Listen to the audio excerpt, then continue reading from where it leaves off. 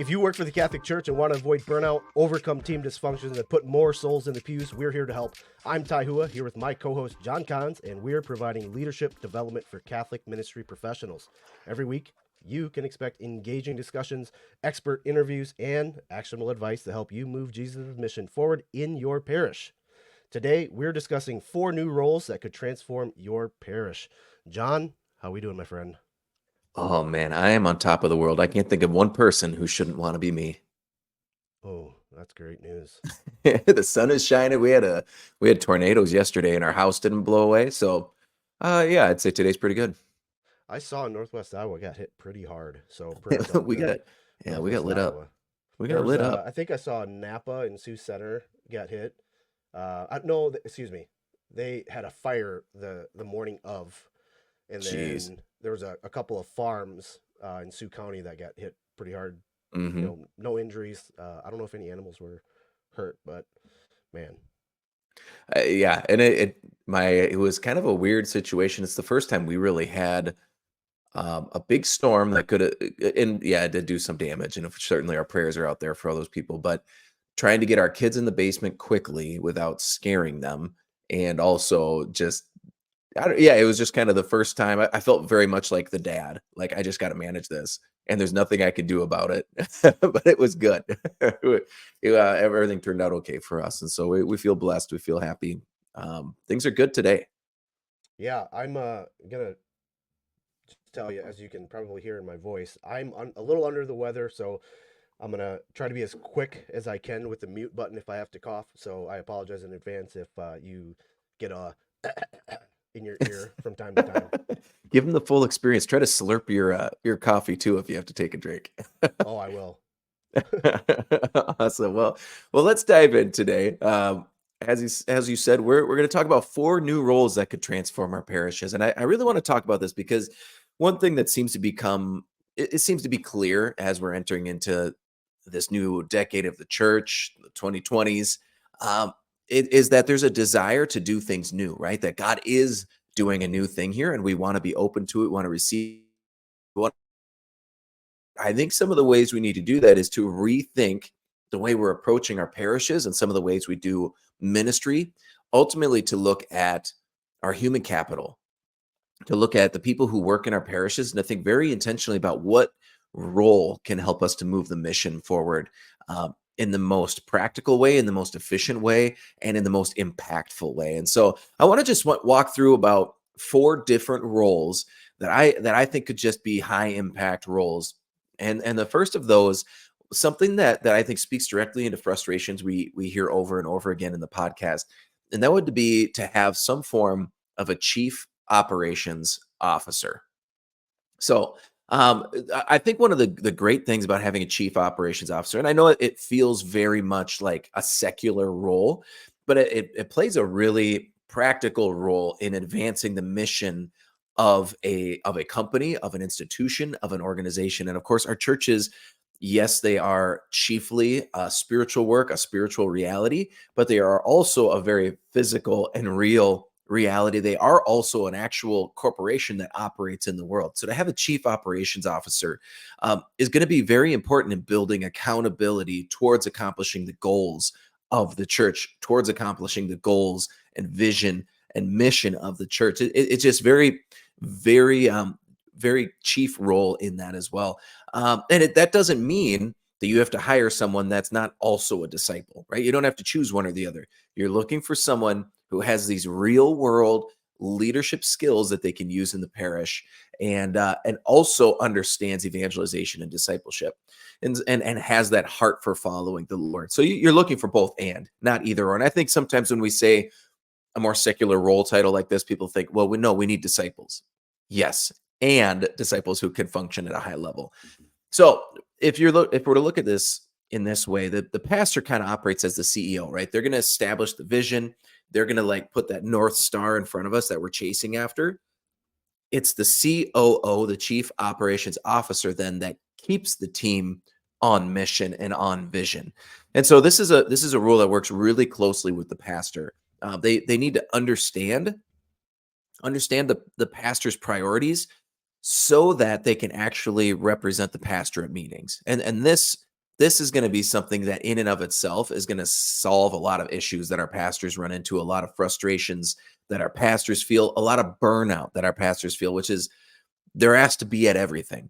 And sometimes it just it's not necessary for them to be at things. Other times it would be good if someone could step in and be able to speak in a sense with their authority, with an understanding of what the pastor's priorities are, so that they can represent them. And I do think that's one of the biggest sadness of our current parish models is that pastors are not able to be fully present to the things that only they can do, bringing the sacraments, um, diving in and preaching with efficacy at the mass. There are things that only our pastors can do, and they're not able to fully do those things with their full heart and will, because they're asked to do so much other stuff that a lay person could step into in that role and be able to handle on their behalf, always with their permission and always with their authority as the buck stands with them. But yeah, they really need to be someone who can work closely, have the kind of that bird's eye view that the pastor has, and then work to implement that vision. Another thing that this role can do that can be really practical, really helpful. A lot of our pastors don't have the training to lead, and this can cause a lot of frustration with people who work under the pastor, who are trying to move the ball forward on a mission or an initiative, or the pastor has an idea and he wants it implemented, but he doesn't have the time to oversee it.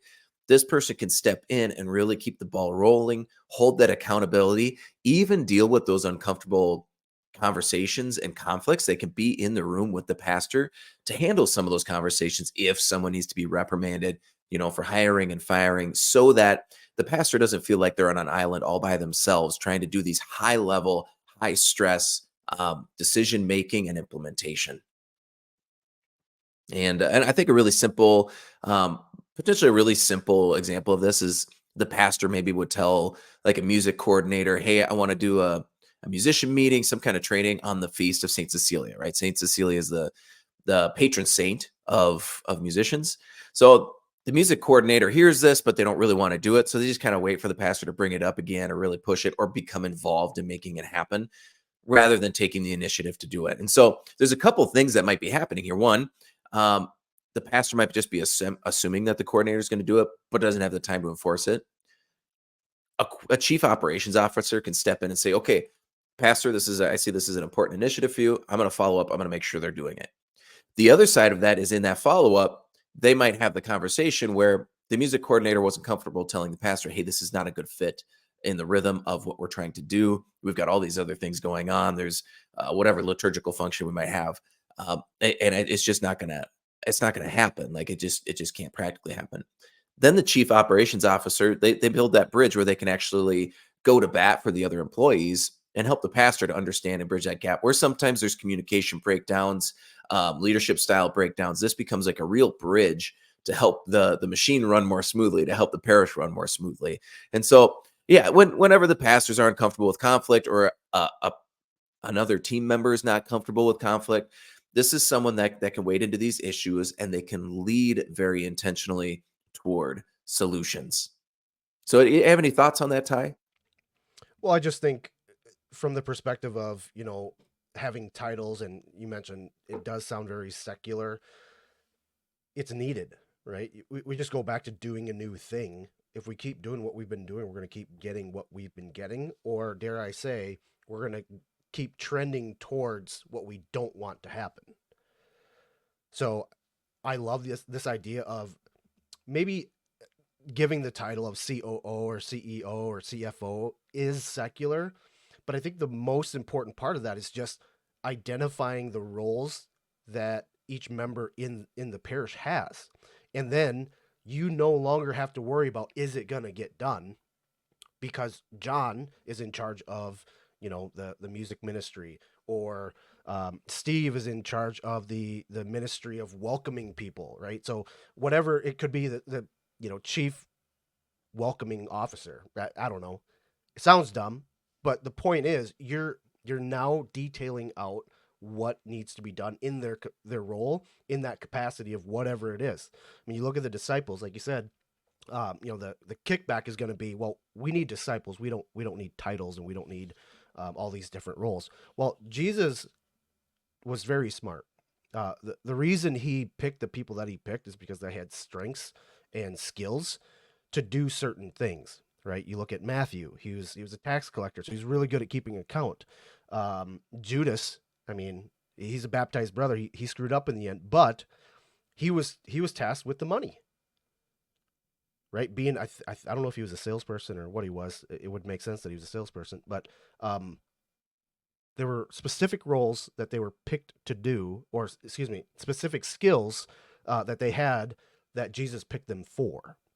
So in our parish, what are we doing to lay out, hey, this is your job, and we're relying on you so that we can go ahead and do our jobs. And then there isn't any overlap of, hey, I thought you were going to do it, or I didn't know who was supposed to do it, so I just didn't do it, and I avoided double work. So, not to get off on a tangent, but when you're talking about roles, I think that is hugely important. Not so much the title, because you can come up with whatever title you want, but what exactly at the end of the day is supposed to get accomplished, And who's going to hold people accountable to it? right? Ideally, people hold themselves accountable to it, right? We come to a decision on this is something we need to do, and then they hold themselves to it. But there needs to be some kind of accountability that's built in, and these are people with the training and leadership skills to enter into this role. So it's a natural fit. You're not trying to make somebody who's completely uncomfortable or it's just not their skill set try to fit into this role. You're actually bringing someone into this role, into the gap that you sense as a team and as a staff. You're bringing someone into that gap to round out the team so you can all uh, execute on the mission. You can all function at a higher level. And I do think that is the approach. Absolutely.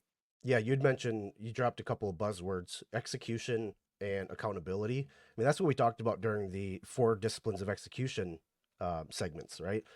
Like, we want to create a culture of accountability. When you show Mhm. up to a weekly meeting, hey, last week you said you were going to do this. Did you do it or not? And it's really, really awkward when you show up to every week's meeting to say, last week I said I was going to do this, didn't quite get it done. And then it's on the team lead, or actually just the team in general, to say, what stopped you from doing it, right? Was there another thing that you didn't foresee that happened that caused you not to reach your goal that you said to the team that you were going to do? And if that's something that one of us can help you with, great. If you were just lazy and you didn't do it, or you had poor time management, well, maybe you get together with John and he can help you out with a couple of life hacks throughout the day to find you an extra 20-30 minutes a day, which adds up by the end of the week. So I love those buzzwords you're dropping in there, because it does go back to what we talked about with the four disciplines of execution. And if you have not listened to it, I would recommend going back to those episodes. I mean, Spotify, Apple, wherever you can listen to our podcast, go back and listen to it, because it will help Mhm. you. And on the flip side of that, we don't want accountability because if we fall on our face, then it's like no big deal. But on the flip side of that is, what's really fun and makes work really fun and enjoyable and is when you're succeeding, when you can Mhm. tell you're doing a good job, you're accomplishing goals and executing on the mission. That makes work really exciting to be a part of. It's really fun. And that momentum in even like celebrating another person's success makes you want to strive and achieve success. And so that momentum builds momentum. And so we sometimes avoid these kinds of roles and topics, this accountability. We can avoid it because it's uncomfortable. On the other side, when we have it actually fuels the flame. It fans the flame into a fire, and it can build this momentum that creates a really exciting partnership and workplace and team culture to be a part of. And so, again, I can't emphasize that enough. Even in the absence of a COO, to build in that accountability, that's tantamount to success. So let's dive into the second role that I think could be really valuable on a team is some form of a relationships manager. And this is a little bit less fleshed out. It's a little bit maybe more vague or ambient in terms of what it is. But I think what it could be, it's really somebody that is essentially a development coordinator in some way, shape, or form, right? Um, they might be people who are focused on developing the relationships to advance the financial status, the financial stability of the company. It might also be a little more broad, like they're a relationships manager in the sense of What is that full funnel, right? Somebody comes in like being that intake into the parish, and then advancing them on to the next step, and then walking with them into the next step. So somebody comes into the parish because they're new to town and they just had a baby, they need to get them baptized. They like your parish.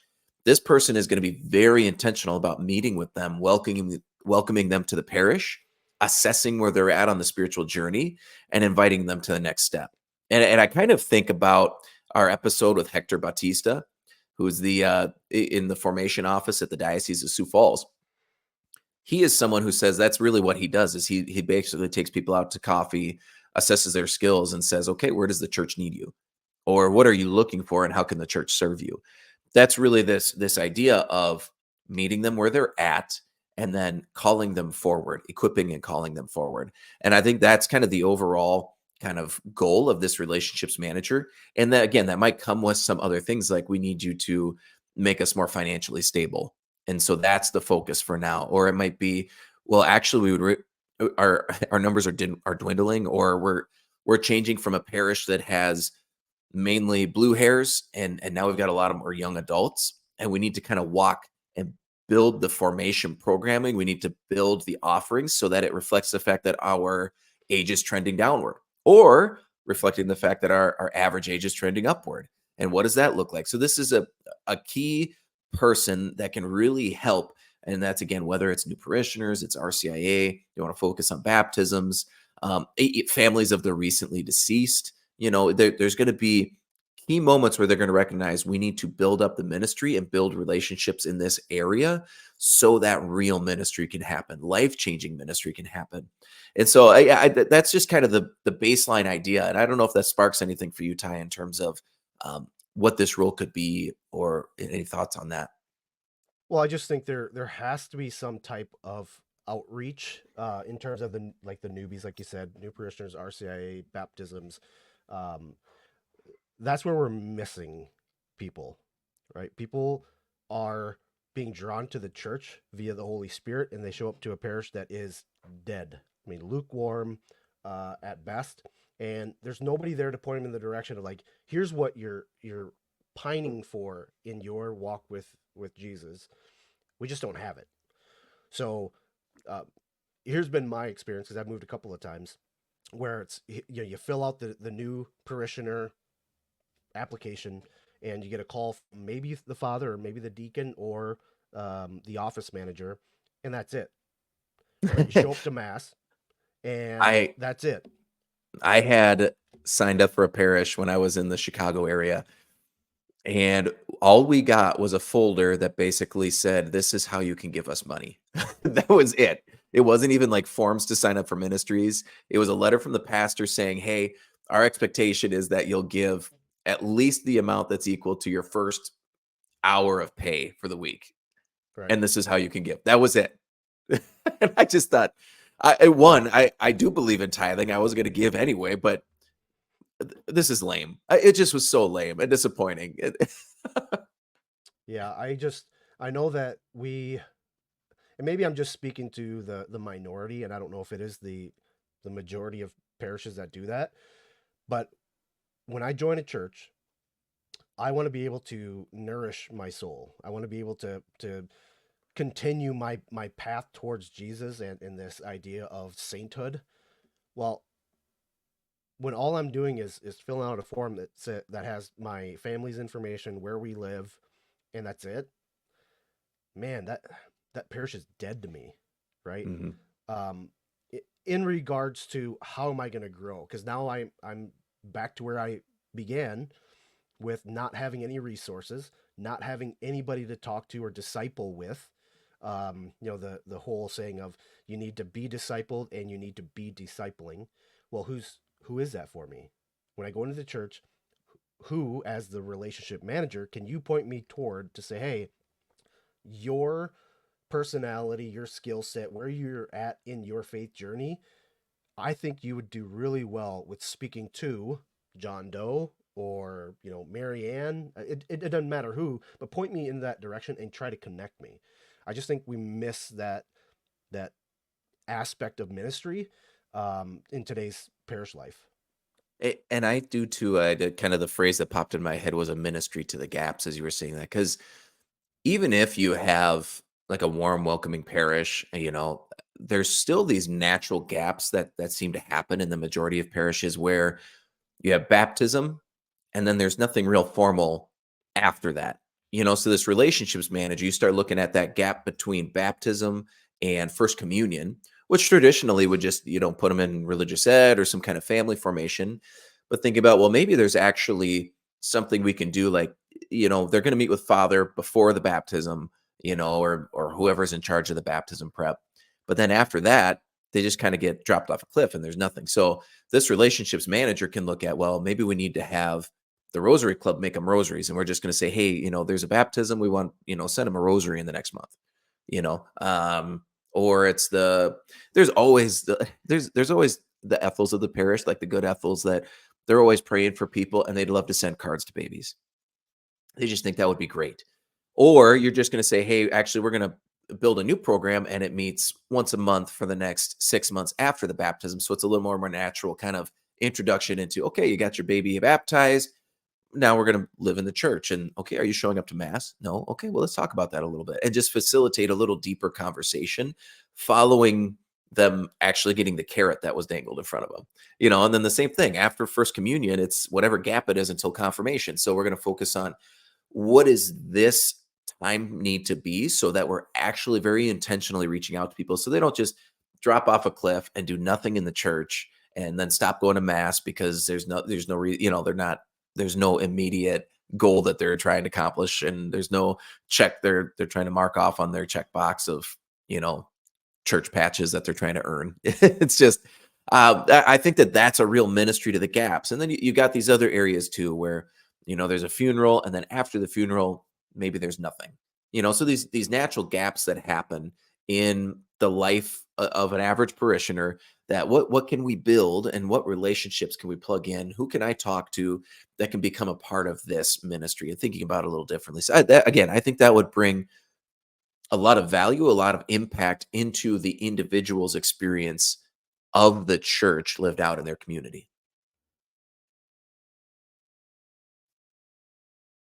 Now, here's the third one, and this one I'm calling it an outreach coordinator. Call it whatever you want. This is something that I see as being a really cool opportunity. Um, I think that outreach coordinator, and a lot of times this is just somebody who plans service trips once a month or twice a month. A parish I worked at in Sioux Falls, it was like once a month they were in charge. There was an outreach coordinator and it was a volunteer group, but they were in charge of planning a once a month event where they would go and serve at the soup kitchen in town. That's a very good thing. I love that. That's great. But I want to take it one step further then and say that maybe this outreach coordinator and to make it an official role or to make it a little more robust, I love the idea of an outreach coordinator that is simply assessing their community and looking to create a nonprofit housed under the umbrella of the parish to care for the needs of the community. They're essentially looking at the needs that are right around their parish and they're thinking, how can we meet those needs and how can we build an infrastructure around that where it will become its own operating structure? And I think this is valuable in a lot of ways because even though it's a nonprofit, it can be a way to actually make the financial stability of the church a little more viable. Because just because it's not making money doesn't mean it's not supporting itself. So it's not a complete drain on the parish, but it is a way in which the parish can then do more outreach. And it also is going to intentionally call people with those gifts and abilities into those specific areas of ministry. So it's not, the classic, like, oh, you're into your faith, let's make you a catechist. Well, you might be into your faith, but maybe you're not supposed to be a teacher, right? Maybe you're good with cars. So my in-laws go to a different church in town, and that church has been very good about this. And this is the example I want to kind of put out there is they have a lot of single moms in their church. So they created a single moms day. And what they do is they actually bring in a bunch of mechanics, and those mechanics will do oil changes at the church there. And my understanding is they just have one long drive through. Someone drives in, they tune up their car for free, give them an oil change, do tire rotations, whatever they need, fill out, top off their fluids, and they send them out, right? It's a single mom's outreach essentially, but it's actually aimed at getting people who have those skills, again, somebody who can change a car, a mechanic, and it gives them a way to give intentionally in their community and in their church. And it's not in a way where you're necessarily asking them to just do stuff for free all the time for parishioners. It's a specific focused ministry day for them to come and give in their community. And to me, that's really beautiful. So that's a really simple example of how this outreach coordinator looks for what are the needs here. Maybe we have a lot of single moms, right? Maybe we actually have a lot of older people who are now losing their friends. So you're going to look at some way to do grief ministry and make that part of it. It's really looking at what are those needs and seeking to meet those needs. So that outreach coordinator, again, I think too, if they can look at it as a way to create nonprofits, create opportunities, it's really opportunities for the church to live out the corporal works of mercy in a lasting and impactful way. And these corporal works of mercy, of course, they're the normative way of sanctity. They're the normal way that we become holy, that God makes us holy is through the corporal works where we serve God and the people around us, right? And it's how we make the love of God known to our people. So I think this could be a really cool model of, okay, let's look at how we can take this area of need and turn it into a functioning arm of the church. I love it. The fourth and final role that again I think could be really valuable in the church is the role of the virtual assistant. And this isn't like one specific thing that you're bringing someone in to do. It's actually a different way of thinking about how we staff some of our parishes because bringing on a full-time staff person comes with a lot of costs. It's not just the salary or the hourly wage, it's the insurance, it's all those other pieces. With a virtual assistant, in my understanding, it's a lot cheaper than hiring a full time person, bringing someone in, flesh and blood, to be on site. Right? You're essentially doing contract work. The beauty of the virtual assistant is they're completely versatile. Right? They can be trained with your priorities, with your objectives, with your standard operating procedures, the normal ways you do things. They can all be trained to do that, and they can do just about any uh, menial job, menial task that a person might have, which could be handling the books. Right, this is a big thing in the real estate world. Is bringing someone in, a virtual assistant, to handle your books for you. But they also do other things like they can handle your schedule. So think about our priests who have these crazy schedules. Rather than them sending 10 emails to somebody to try and line up appointment, they say, "Hey, virtual assistant, I want you to line up appointment with this person. You can see my schedule, find a time that works." Um, and on top of that, as the pastor, you can tell them, "Hey, these are the priorities. So if something comes up, then let's say you're on your way to a meeting, you find out that, oh, so and so passed away or so and so sick. I got to go do last rites. That has to take priority." You zip off a message to your virtual assistant and they can handle coordinating, not just telling them, "Hey, I can't make this meeting, but let's set up another time to try and meet." And so it simplifies a lot of schedules. They could take on a whole ministry connection. You could probably find someone who is a disciple, and get people. They can take on this outreach of onboarding people, those new connections. Say you make those little connect cards we've talked about before. Someone picks it up, they fill out the email, that gets sent to the virtual assistant, and that person can then communicate out and connect people the way they need to be connected. I just think that there's a lot of ways that you could use someone like this. Social media is another one. That's a big area where our parishes, we feel like we need to be out there, but most of us aren't very good on social media. We don't understand the ins and outs of how to be effective on social media. Well, a virtual assistant be somebody you could bring someone in that's going to specifically take content pieces from your bulletin, and they're going to create content for social media, and they're going to post that for you. And the beauty is you might ask them to try and do 5 hours of work a week. You might just hire them for 5 hours. That's all you really need to cover all those areas. That's great. That's what they're there for. And then if they become a really valuable part of your parish, if they're doing really good work, you can always up that if they take on more responsibilities and more of these areas. But again, it's kind of a new idea, and you can go down a rabbit hole. Just say, what do virtual assistants do? You can train them to do just about anything at the parish that doesn't need a physical person in the door for. And I do think that this could be a financially viable option for even smaller parishes that are looking for solutions to some of their busyness, some of the whirlwind that they experience in the day to day. I got nothing for you there. I agree with everything. Well, with that, I think we move on to the devil's advocate.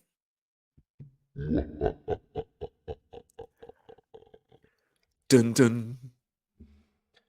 Well, John, all of this sounds great as it always does, but we're a small parish. Can't afford to hire staff like this. And, I'll throw another one in there. I don't know if anybody's going to do it. Those are all real fair points. Yeah, and in a lot of our smaller parishes, one of the things that we've heard back as feedback is, well, we don't have a big staff where everybody's got their own roles and their functions. And I do think in that case, it's just about being really intentional about aligning your human capital, right? Yeah, maybe you're not going to have a full-time COO, but you probably have somebody in your community that you could meet with and actually pick their brain, and maybe they would even be willing to sit in and do some part-time volunteer work for you. There's ways you can do that. Maybe it's looking at the people you do have and saying, hey, what are your skill sets? Really looking at somebody, and instead of a big part with the COO is that accountability. Well, maybe I'm the pastor. I don't have the time, and I'm not really good at keeping people accountable. I'm not a detail oriented person. This would be me, by the way, if I was a pastor. I'm not super detail oriented. And so remembering who's doing what is not my main, skill set. So I can look though at our bookkeeper. Maybe she is really good at keeping people on top. She's detail oriented. Maybe we can actually ask her to step in and do some of this oversight and okay, what's coming up next, and just adding in that little bit or asking them to kind of restructure the way that they're approaching these tasks that they're already a part of. They're already you know this. Your admin assistants are already keeping you on top of things, so just giving them that permission fully to be like, hey, I need you to kind of keep me on task here and help me to see what's coming up next and do those things. It's really about looking at who you have in your parish, even the volunteers, aligning them around this shared vision to move things forward, and so that can be then a way that yes, it's maybe not a matter of bringing on a full time person or hiring new staff, but it is looking at these roles, and maybe there are ways you can incorporate them into the people you already have in your circle.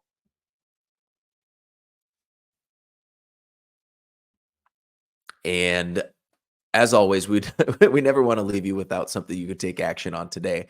And so we do want to give you some actionable steps here. And I do want to encourage you. Your actionable steps today is really just to consider if you are interested in doing a new thing in your parish, if you kind of feel that Holy Spirit tug on your heart, but you're not sure maybe what some of the next steps are, you want to. I really want to encourage you to consider bringing us in for a spiritual gifts mission, because again, if you don't have the capital for a new staff or something, maybe it's that you need to engage your volunteers in a new way. You need to build them up in a new way. We have this spiritual gifts mission that is entirely designed to engage your parishioners in the mission of the church. It gives you really practical takeaways that you can take action on, that your parishioners have discerned. These are my gifts. These are my skills. These are ways I want to serve the church. And the mission encourages them and walks them through sharing that with you so you can take action on it. So if you're in this position, I really want to consider bringing us in for a parish mission, specifically our spiritual gifts inventory that we have. Also, it might be worth bringing us in for a team training day. If you want to get like crystal clear on a vision and you want to take action on it and move forward, do things in a new way, we'd love to come out, work with your staff, work with your team, work with your volunteers, and help you to implement that thing that you feel God is calling you to do. And finally, I want to thank you for listening to the Catholic Ministry Professionals podcast. If you want to transform your parish through your work, but you're not sure where to start, download the free parish health assessment at catholicministryprofessionals.com/free assessment. It's just 36 questions. It takes about 5 minutes, and afterwards, you're going to have a color-coded picture of your parish's health that you can use to fuel better conversations, prioritize better work, and become a better leader. You can also email us at catholicminpros@gmail.com to share feedback. And finally, don't forget to text this episode to a priest or a friend in ministry that can benefit from it. With that, we'll see you in the vineyard.